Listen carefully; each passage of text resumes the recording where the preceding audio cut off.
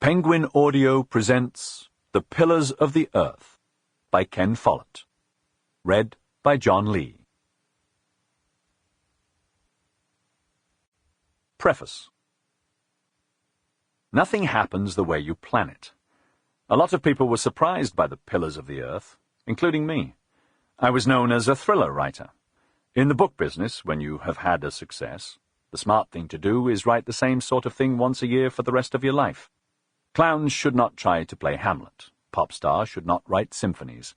I should not have risked my reputation by writing something out of character and over-ambitious.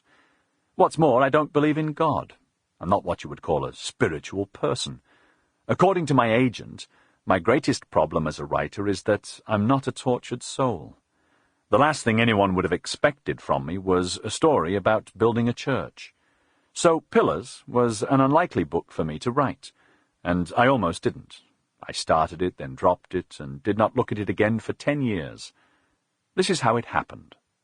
When I was a boy, all my family belonged to a Puritan religious group called the Plymouth Brethren. For us, a church was a bare room with rows of chairs around a central table. Paintings, statues, and all forms of decoration were banned. The sect also discouraged members from visiting rival churches, so I grew up pretty much ignorant of Europe's wealth of gorgeous church architecture. I started trying to write novels in my middle 20s while working as a reporter on London's evening news. I realized then that I had never taken much interest in the cityscape around me, and I had no vocabulary to describe the buildings in which my characters had their adventures. So I bought An Outline of European Architecture by Nicolaus Pevsner. That book gave me eyes with which to look at buildings in general and churches in particular.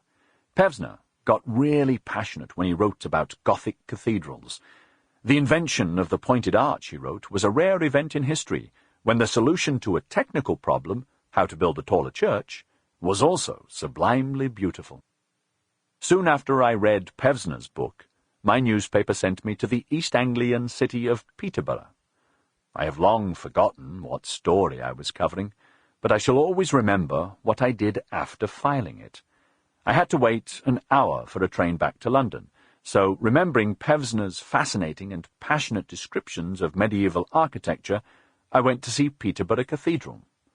It was one of those moments.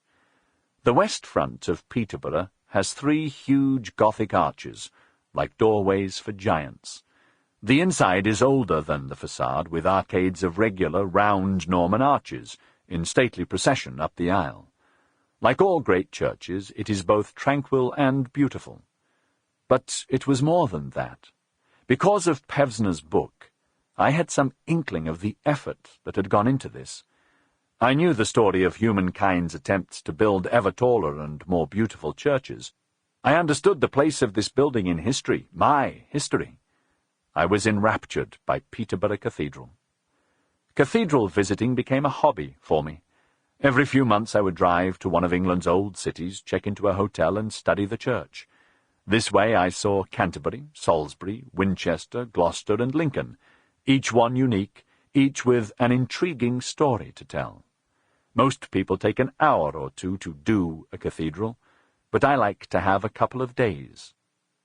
The stones themselves reveal the construction history, stops and starts, damage and rebuilding, extensions in times of prosperity, and stained glass tributes to the wealthy men who generally paid the bills.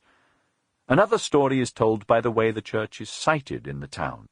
Lincoln faces the castle across the street, religious and military power nose to nose.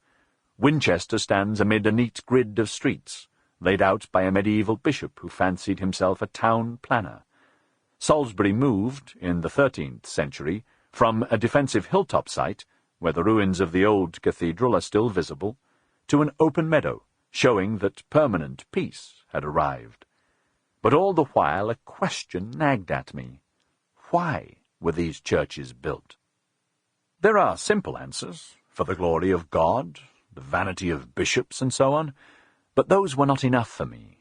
The building of the medieval cathedrals is an astonishing European phenomenon.